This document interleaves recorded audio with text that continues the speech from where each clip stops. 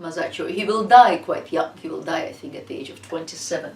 His next brilliant project is the Trinity, the Holy Trinity with the Virgin and Saint John and donors. And it also is located in Florence in the Dominican Church of Santa Maria Novella.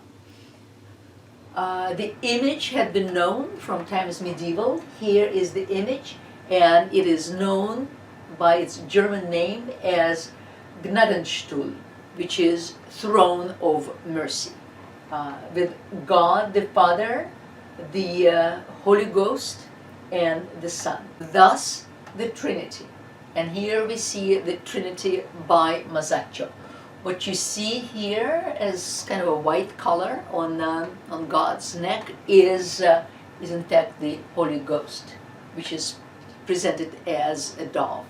And then Christ, on each side of Christ, on his right, our left, is the Virgin Mary, and on Christ's left, our right, Saint John, and then outside are the donors who commissioned this fresco, just as Enrico Scrovegni commissioned from Giotto the chapel in Padua, just as the Brancacci family commissioned from Masaccio their own chapel, and here are the donors who commissioned this particular fresco.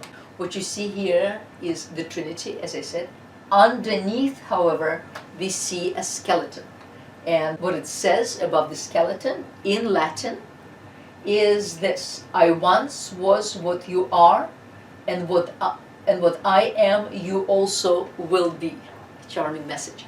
It is called memento mori, and that means that one must always remember that one will die one day. However robust, young, and healthy one is. Christians liked those memento mori, so one doesn't behave above oneself and acquires humility. Masaccio places his Trinity within the early Renaissance architecture. We will talk about Brunelleschi, who was as much of a pioneer of Renaissance sculpture as first Giotto and now Masaccio became pioneers of Renaissance fresco painting and painting in general. So this is very much Brunelleschian architecture, which is inspired by ancient classical architecture, and as you may remember from our introduction, you remember the Greek architectural orders. Here is the Ionic order, and there's the Corinthian order. Also, the ceiling inside the imaginary space is the so-called coffered ceiling, which we also saw in classical architecture in our introductory lecture, and we'll talk about it more when we see each other face to face. The image is so extraordinarily three-dimensional that when one stands in front of it, one indeed feels as if one is looking into the niche. It is not, even though it is painted on a two-dimensional wall. And here are various devices of one-point perspective that Masaccio uses. It was in fact Brunelleschi, well, along with other thinkers, with other humanists, but it's attributed to Brunelleschi the definitive specification of a one-point perspective, and he was an architect. And here is the one-point perspective that comes right here at the bottom of the cross. He also uses perfect geometric shapes, whether it's a golden rectangle, a square, or a circle, as part of his fresco. 15th century was the century of investigation into nature, investigation into geometry, and of course return to classical principles that considered a circle as the most perfect geometric shape, then square, then the golden ratio, the 1.6 if one approximately. If one draws a rectangle, so the ratio of the longer side of a rectangle to the shorter side would be 1.6, etc. As you see, the lines go from the Corinthian capitals to the Ionic capitals and converge right here. We will often see in our studies a skull at the bottom of the cross, and that is because of the legend that maintains that Christ was crucified atop the burial place of Adam, and while being crucified, his blood washed off the sins of Adam. As a result, we will often see a skull at the bottom of the cross and bones, which represent the skull and bones of Adam. In this case, what Masaccio did, he in fact represented the entire skeleton in his Memento Mori. All of this is painted. The grisaille image here is also painted. Here is a closer look. Various other geometric principles are applied. We will talk also about the so-called second commandment. In the 10th commandments that of course are very important in the Hebrew Bible and that will be adopted by the Christian scriptures, the second commandment prohibits all representation as idolatry. Anything that God created cannot possibly be represented by a human hand because such attempt at imitating God's work was looked at as idolatrous. Well, needless to say, the West got around this principle by affirming that the representation was in fact the Bible for the illiterate. How is one supposed to know the content of the Holy Scriptures if one doesn't know how to read except by looking at the pictures? But in Judaism, for instance, until the 20th century, pictorial representation was prohibited, and in the early stages of Islam as well, because the Islamic traditions also adopted much of the Hebrew Bible. The figural, particularly the figural representation, was looked at askance. However, even in the West, when one painted Madonna and Child, for instance, when we think back to the beginning of this lecture, and they still did not paint God the Father, because it was just one step too far. So if you go back in your PowerPoints and see our Madonna and Child with saints, with angels looking up, you will see that only a hand comes out of the clouds, and that's the hand of God. They wouldn't paint God. But slowly but surely, representation of God began to appear, and here we have him, one of the first times, and he's extremely proud. It's almost as if he's so happy finally to have his photo opportunity. He is staring directly beyond our heads into the never never world. He is holding up the cross. He's not paying attention at all to his suffering son, nor is in fact his mother. As you see, his mother, her face is entirely indifferent, and she kind of extends a hand towards him as if presenting him to us. Well, and here's my son, and look what he had done for you, therefore behave. The Saint John, however, on the other side is staring at Christ, not so much at Christ, at his loincloth that is being held there. We don't know by what, we can only guess, but it does seem to be slipping, and St. John appears to be concerned about that one. On each side, as I said, are the donors. The donors are placed in our space, outside the niche. Inside the niche, we have the Trinity, we have Mary and John, and then outside the niche, in our space, are the donors. The geometric formula of the painting is extremely sophisticated, extremely complex, and in fact, if we were to recreate it from the side as it is painted in the three-dimensional imagery, this is what we would see. The donors, then the Mother and St. John, Christ and God the Father, and the entire niche behind him. And here's the vanishing point. It's called geometric perspective, mathematical perspective, vanishing point, any of the above. And here is the railroad that I was talking about. The vanishing point here, it can also be moved to the side. So it could be a side vanishing point. And here are the donors, the mother who is exhibiting her son to us, and St. John, who seemed to be wondering how this loincloth is being held up. The donors are represented, again, very individualistically. There is not a scratch of gold in the entire fresco. Gold is out. Only realistic, naturalistic colors. And the donors are represented as true portraits.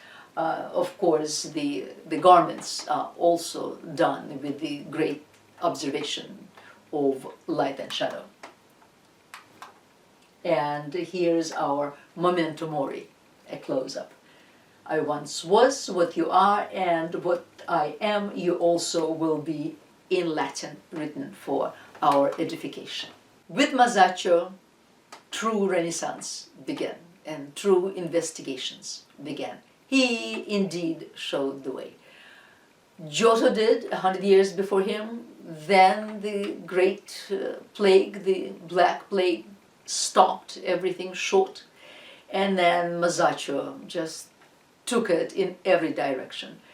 Direction of investigating nature, direction of geometric investigations, investigations of light, of atmospheric perspectives, of human emotion, of placing man at the center of things. All of it Masaccio did, and after him art will never be the same, and whoever came after him will always be looking back at Masaccio. One of the very delightful artists of Florence who took the road of anecdotal painting.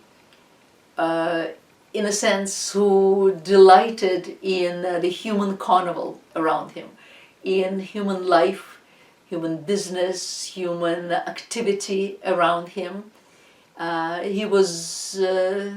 He did not have Masaccio's brilliance, Masaccio's genius, Masaccio's depth, but he was an extraordinary practitioner, a great technician, and a great observer of human nature. And his name is Fra Filippo Lippi. As a young boy, he was given as an apprentice to a monastery, but that life did not sit well with him. He loved life too much to be jailed between the four walls, and proved it with his own activity, including seducing a nun and siring a child with her. Ultimately, he was allowed to divest his monastic habit, marry the woman, and have a child with her, and you see her and the child in this lovely painting. His name is Fra Filippo Lippi, and here he paints Madonna and Child with the birth of the Virgin. This too is a narrative painting, and what we see is the Madonna herself, modeled by his future wife, and his own child, who in fact will become Filipino Lippi, and also a very, very accomplished painter. In the background, now we have backgrounds. The three-dimensional idea here is very much observed, the one-point perspective, everything is here. In the background, we see the birth of the Madonna herself. We see her mother, Saint Anne, on her bed giving birth to the Madonna.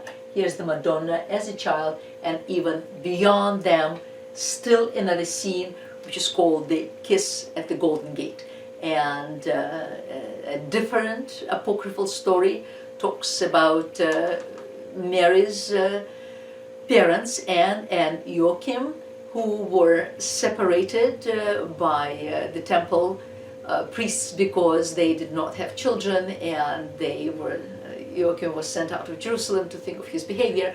They both were quite elderly, however, an angel appeared to both of them, and then the angel bid Joachim to go back to Jerusalem. Another angel, or the same angel, bid Saint Anne to meet her husband at the Golden Gates of Jerusalem. There they kissed, and that moment is called the Immaculate Conception. When one talks about the Immaculate Conception, one talks about the incarnation of the Virgin Mary, who also presumably was inseminated without sin. That is an apocryphal story, but this is what you see here. This is the meeting of Joachim and Anne. They kiss. The Virgin Mary is incarnated within the womb of Saint Anne this time, and here the Virgin is actually born, and we see her here. What in fact we're looking at is the interior of a wealthy Florentine household, and a beautiful Florentine maiden dressed in the finest of wools, of silks, with her hair beautifully done up in this delightful coiffure. A little baby who was recently born. He has a pomegranate in his hand, which is a symbol of Christ's Passion. And also the interior, the walls, the curtains in the household. In fact, the interior would probably be decorated with a great deal of sculpture and painting and fresco and reliefs. But here, in fact, Fra Filippo decided to cut out the non-essentials and concentrate on the people themselves. And thus we see rather a stark interior on the right, but here is the Madonna. There are three scenes. He also incorporated a bit of movement. At this point, all the figures are stationary that we had seen, but interest in movement is also developing, and we see this mysterious figure, we don't know who the figure is, of a woman in beautiful flowing garments who is half walking, half running with some basket on her head, and it just shows us the interest of the painter in this particular movement, and in the woman and in the garments, and how it will all behave while put in motion. Filippo Lippi also did another Madonna and Child. This time what we see is not the interior but the exterior. The Madonna, or it's the same girl, is sitting in front of a window, which will become a very typical feature of Renaissance portrait. A beautiful vista is opening up. She does have a halo. In this case, the halo is just a tiny, tiny little light line right here. Again, please watch this along with the PowerPoint that I will upload on Canvas so you can see everything better. Her hair is done up, again in this very lovely Florentine fashion, with stunning, absolutely stunning pearls, and the one large black pearl, which is worth the girl's weight in gold perhaps, is at the top of her head and also on the border between sky and earth. This time the baby, the same baby, is this very demanding little brute that wants perhaps to be nursed, and he's being held up by two urchins, which are little Florentine boys who are given a couple of wings each to represent them as angels. She is again dressed in the latest fashion, in the best cloths, and sitting on a magnificently wrought chair. So what we're looking at is the desire to use ecclesiastical imagery in order to convey, to portray, in fact, the world of Florence at the time. And here, please compare. This is the Giotto Madonna and Child that was done in the early 14th century, and already it is quite advanced compared to the Byzantine images, all the more so 100 years later, because Masaccio did it about 1425, and Lippi 40 years later. We see, in fact, not so much an ecclesiastical image as, in fact, a portrait of a beautiful Florentine maiden. It is similar, in a way, this development, to the one that we saw in the previous lecture, in our first lecture, the development in ancient Greece from more simple, more rigid styles into a much more realistic, relaxed, naturalistic style. And as you remember, as you can see, it took place over about 150 years. This is approximately 600 BC, and the reference is 450 BC. 150 years, give or take. And here we see the same development. 1310 here, 1465 AD this time. Over about 150 years, the art now develops from a more conventional, more rigid forms into an entirely realistic, naturalistic representation. Another painter at the time, a delightful painter, very much in the same strain as Filippo Lippi, was Domenico Ghirlandaio. And he too, he did the same thing as Lippi did. He represented the interiors of beautiful Florentine mansions. In this case, he is doing the actual birth of the Virgin. In other words, the birth of this scene itself, this is the birth of the Virgin. He makes it the entire scene. And here we have it, Saint Anne, who was not young, and as such she's portrayed as quite a bit older than the usual age of giving birth. Here is the Virgin Mary herself, and in the background is portrayed also another scene, just as Filippo Lippi had done, but this time Ghirlandaio portrays a scene that will happen in the future. Fra Filippo Lippi portrayed a scene that had happened in the past, when Joachim and Saint Anne, the parents of Mary, met at the Golden Gate and thus conceived Mary. What Ghirlandaio here is portraying is a scene that will happen to Mary when she will grow. And Mary will have a cousin by the name of Saint Elizabeth, who also will be an older woman. Saint Elizabeth will be the mother of John the Baptist. And this particular scene is called the Visitation, when the two women, one of them visits the other, Mary pregnant with Jesus Christ, and Elizabeth pregnant with John the Baptist about 6 months ahead of Mary. So Elizabeth is pretty much near her term, while Mary is in the beginning of her pregnancy, and both women rejoice at their pregnancies. So this is called the Visitation, and this is what's portrayed here. This also is a narrative painting as a result, and Ghirlandaio portrays more of an interior and more of what a wealthy Florentine interior would look like, with the beautiful reliefs on the walls, with reliefs here portraying little putti, who were the counterpart of the angels in ancient Rome, and then beautiful decorative reliefs as well. Here's a bit of a barrel vault, similar to the one Masaccio did in his Trinity. Very delightful. What you see here are contemporaneous maidens of Florence, and maidens and not so maidenly also, from young to older, wearing beautiful dresses.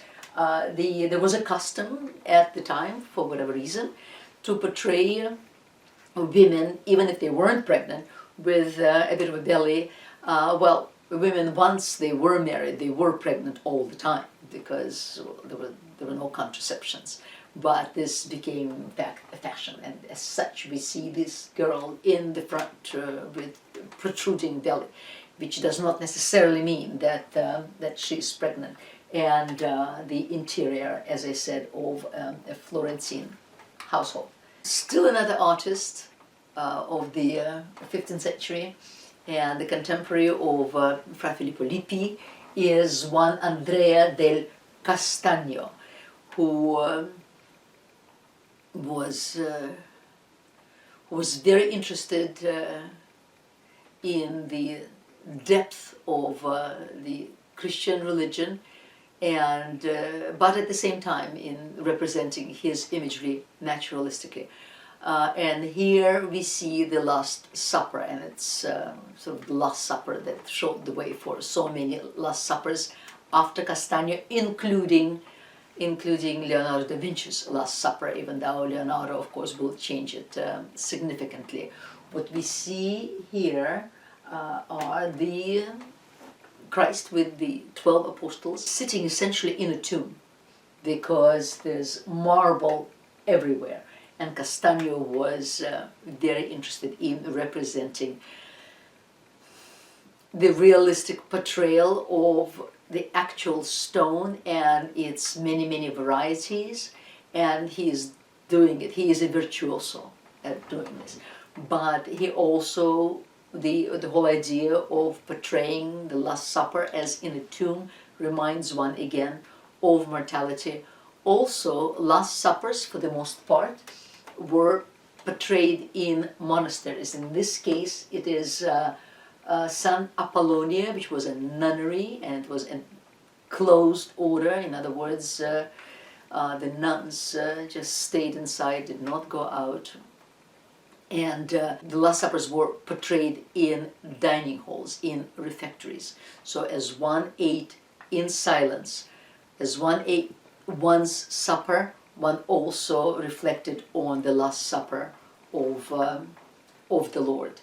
And this is Castagno's version. As I said, he doesn't even bother to be doing one-point perspective, even though it appears that the lines on the ceiling, the orthogonals they're called, and on the floor as well, would converge on one point. But at this point, the mathematical perspective has now become so well known that one just assumed it's there without necessarily having to draw it. But every apostle is an individual. Every apostle expresses one emotion or another. Christ sits right here, St. Peter on his right, St. John on his left, and Judas himself is sitting on our side. In other words, Christ and his apostles are all sitting on the one side of the table, and Judas, who looks who is given a very devilish appearance, is sitting on our side. And what he does here, in order to direct our eyes towards the important part of the painting, he creates the marble behind those four: Christ, St. John, Peter, and Judas. The marble behind them is the most agitated and the most colorful. So just as Giotto created that rock as leading our eyes towards the group of Mary, of the Virgin Mary and Christ. So this marble concentrates our eyes right here where the action is taking place during the Last Supper. His contemporary was one Domenico Veneziano, who, as his name indicates, came from Venice, from the Venetian region. And as we shall see, Venice will always be very particular about color, while Florence was very particular about investigation, mathematical investigation, scientific investigations. Venice was about color. When one thinks of Venice, one thinks of this spectacular, miraculous, impossible city sitting in the middle of the lagoon with the sunshine reflecting against the water, reflecting against this remarkable architecture, and the whole saturated with color. And that's what we will see with Venetian art very often, and that's what we see here. Madonna Child, again our Madonna and Child, now sitting in a beautiful loggia that is situated inside a citrus garden, and we see here the citruses, and she's in the middle, she's looking at us. The child this time is standing on her lap rather than sitting in her lap, and Saint John the Baptist is here, and here is Santa Lucia. Apocryphal writing is writing that's created outside biblical writing, but still very much believed in by the devout. And there is also Life of Saints, which could be construed as apocryphal writing. That is, it's not part of the Bible, but it's still Life of Saints, and of course very devoutly believed in. So Santa Lucia, again according to the apocryphal writings, was a beautiful maiden at the end of the Roman Empire.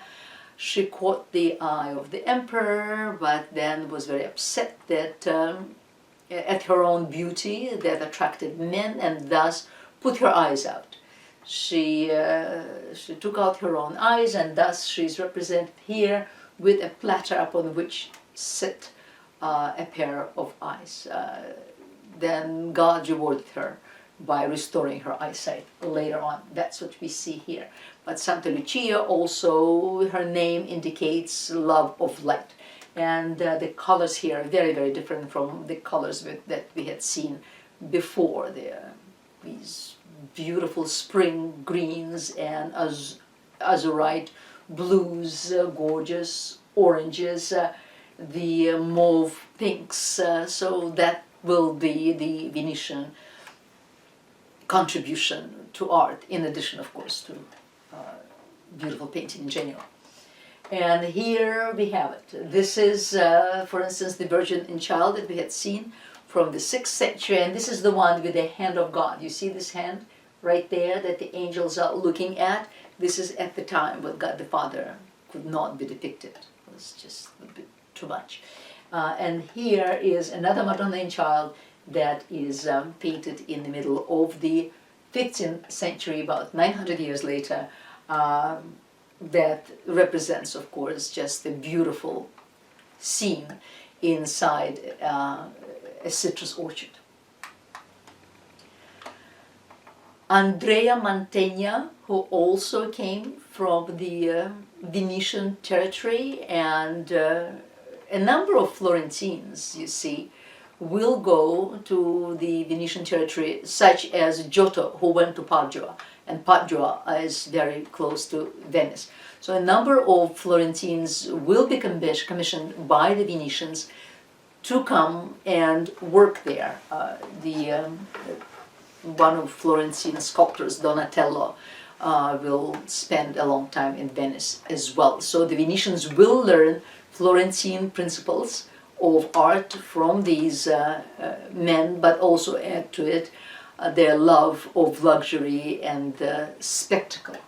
Andrea Mantegna was very influenced, of course, by the Florentine investigations, but also himself was remarkably interested in his own geometric investigations. And here we see his frescoes in the ducal palace in the town of Mantua that belonged to the Venetian possessions, and the rulers there were the so-called Gonzaga family. And he did this for Ludovico Gonzaga, where he in fact painted the Gonzaga family. And in the ceiling he created a very unusual design. The Camera degli Sposi, it's the room of the spouses.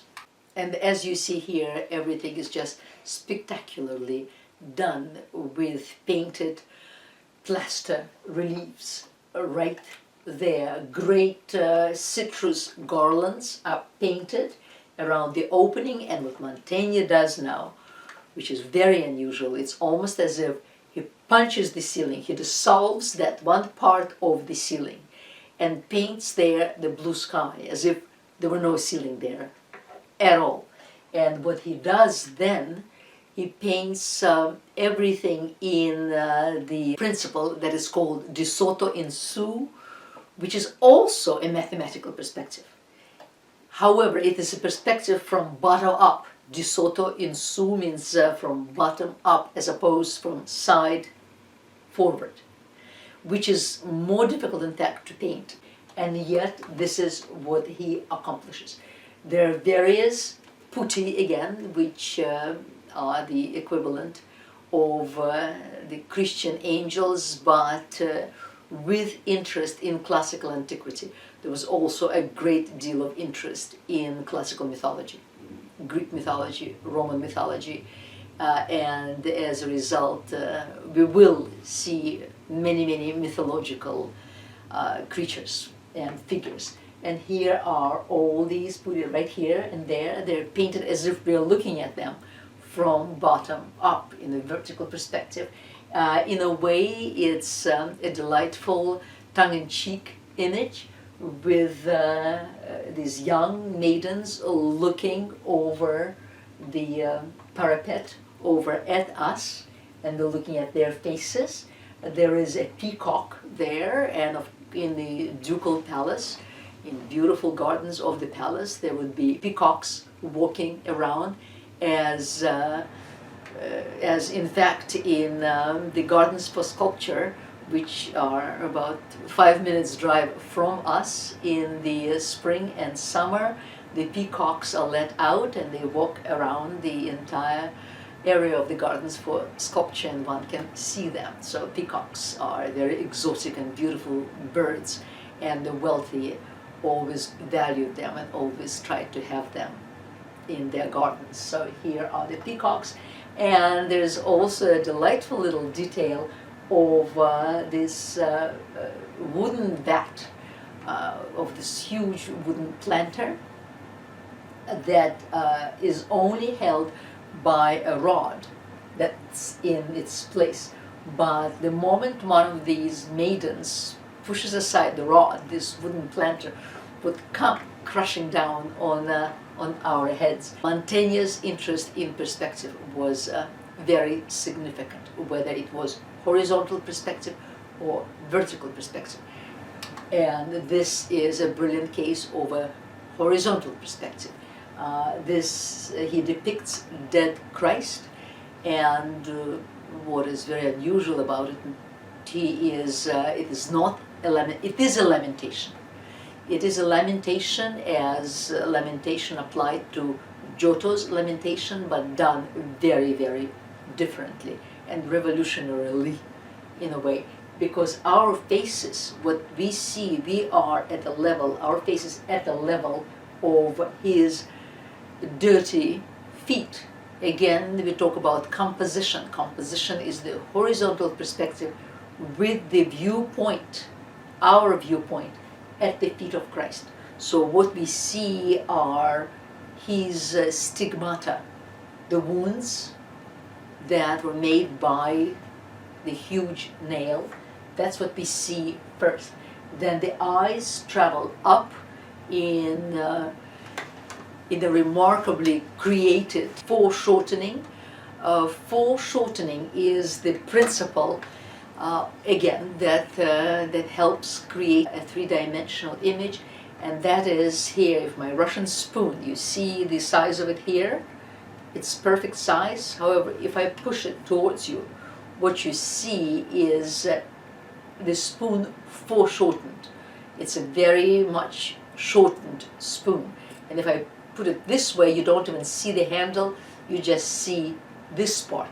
So the ability to paint objects at an angle to one's field of vision, but in its foreshortened representation, was also something that Mantegna did very remarkably. And thus we see a foreshortened body of Christ here, and then with his two hands also we see the stigmata. Stigmata are the 5 wounds of Christ. 2 wounds each on his hands, 2 on his feet, and the wound on his right side.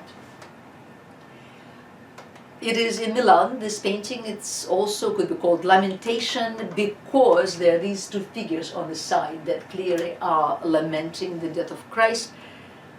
My humble opinion is that these figures may have been painted later and not by Mantegna, because when I look at this painting, frankly, it appears it would have been stronger without the 2 figures. It also is compositionally now unbalanced, and Mantegna was all about balance, because here's in the middle is Christ, and then 2 figures on one side, no figures at all on the other side. But as I said, it's my personal opinion, but this is very much Mantegna. His stories of Saint James on the way to execution. Saint James was Christ's younger brother. Christ did have siblings. Unfortunately, these frescoes for the most part are destroyed because the church where they were painted was bombed during the Second World War by the Allies. In fact, it's called the Overati Chapel, where the frescoes are, and it's the right arm of the church of the Eremitani in Padua. Padua, the same town where the Arena Chapel is. But today, of course, everyone runs to the Arena Chapel. They don't go to this other church, which is still very, very significant. It is renowned for this fresco cycle by Mantegna. He did it about the middle of the 15th century, so about 150 years after Giotto did the Arena Chapel. It was destroyed by Allied bombing in 1944. Today, only 2 scenes and a few fragments survive, which have been restored in 2006. They are, however, known to us from the black and white photographs, and if one looks them up online, one can see recreations. This time, Mantegna chose the perspective from the diagonally from the bottom up, not the vertical perspective, not the geometric perspective, sort of a diagonal perspective, with us looking up, upwards. And as such, we see the barrel vault of a triumphal arch, and triumphal arches were built everywhere in Rome. They were used originally as the route for the Roman triumph, but later on they were essentially used as road signs. But later on they were essentially used as billboards for announcements of various deeds, what this emperor did or that emperor did, or what happened on the other side of the world. And for this, the triumphal arches were built. And here's one of them. And St. James was executed, and then Mantegna imagines this scene as St. James is walking towards the execution. Here's a Roman soldier, again in his kilt garment, just as we saw a Roman tax collector in the fresco by Masaccio, the tribute money. And as he is led away, a man comes and kneels before him and is converted by Saint James. He is asking for miracles. But what Mantegna is really interested in is the architecture painted from a certain viewpoint, applying mathematical principles to art and investigating geometric subtleties in a three-dimensional perspective, whether that perspective is horizontal, vertical, or, as it is in this case, diagonal. And he does this absolutely brilliantly. He specifies diagonals as he goes along. There's a bit of a diagonal here in the standard, another one on the Roman soldier. The legs are also positioned, the whole body of this man is positioned diagonally to the painting. The whole composition is very, very complicated, but not forgetting where we are, and we are at the bottom of it looking up, and he does it just remarkably. And last but not least, still another 15th century painter whose name is Antonio del Pollaiuolo, interested in anatomy. As we had seen after Masaccio, the interests split. There was interest in everyday life, as with Ghirlandaio, Fra Filippo Lippi, of course, interest in the depth of religious feeling, as was the case with Castagno, great interest in color, as was with Veneziano.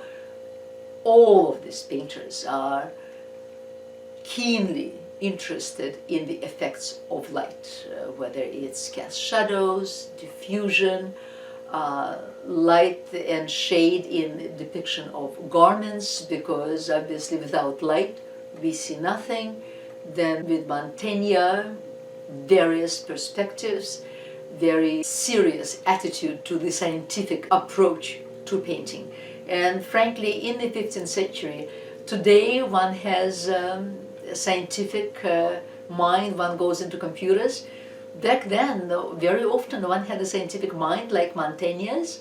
One went into painting, one became an artist, because so much of 15th century investigation of three-dimensionality and of realistic portrayal was based on scientific investigation. And in this case, in case of Pollaiuolo, also scientific investigation, in this case the anatomical investigation. And although the figures appear awkward, that is because he sacrificed the natural effects, the realistic effects, to his investigation of what happens under the skin, to what happens with the muscle and with the sinew inside the human body. This image is called the Battle of 10 Naked Men. It is an engraving, and what you see is what you get. You see 10 naked men battling each other in different positions, and moving differently in different positions allows Pollaiuolo to investigate, as I said, different bone and sinew. In the end, in terms of the content, only one will survive. And what you see here, for instance, there are two here, and essentially it's the same model that's placed at a different angle, front, back, and they will kill one another. Here again, the other two, and they will take care of one another. Two there again, who will annihilate one another. And then things get more complicated. There's one man here in a lying position. He is being slaughtered by the man above him, who in his turn is being hacked to death with an axe by this man, who in his turn is being killed by this archer.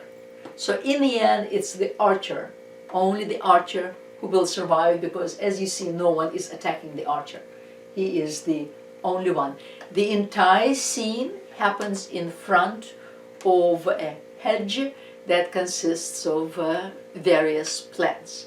And an engraving is something that can be reproduced many times over. Palaiolo had a brother, and the two of them will paint other scenes, but always and ever very, very interested in anatomy. And as you see here also, there is again this blinking interest in movement that we first saw with Fra Filippo Lippi in the Virgin and Child. Thus, the 15th century, I know there are very many painters to remember and to be acquainted with, and we will talk about it, of course. Thank you very much, and I will see you soon.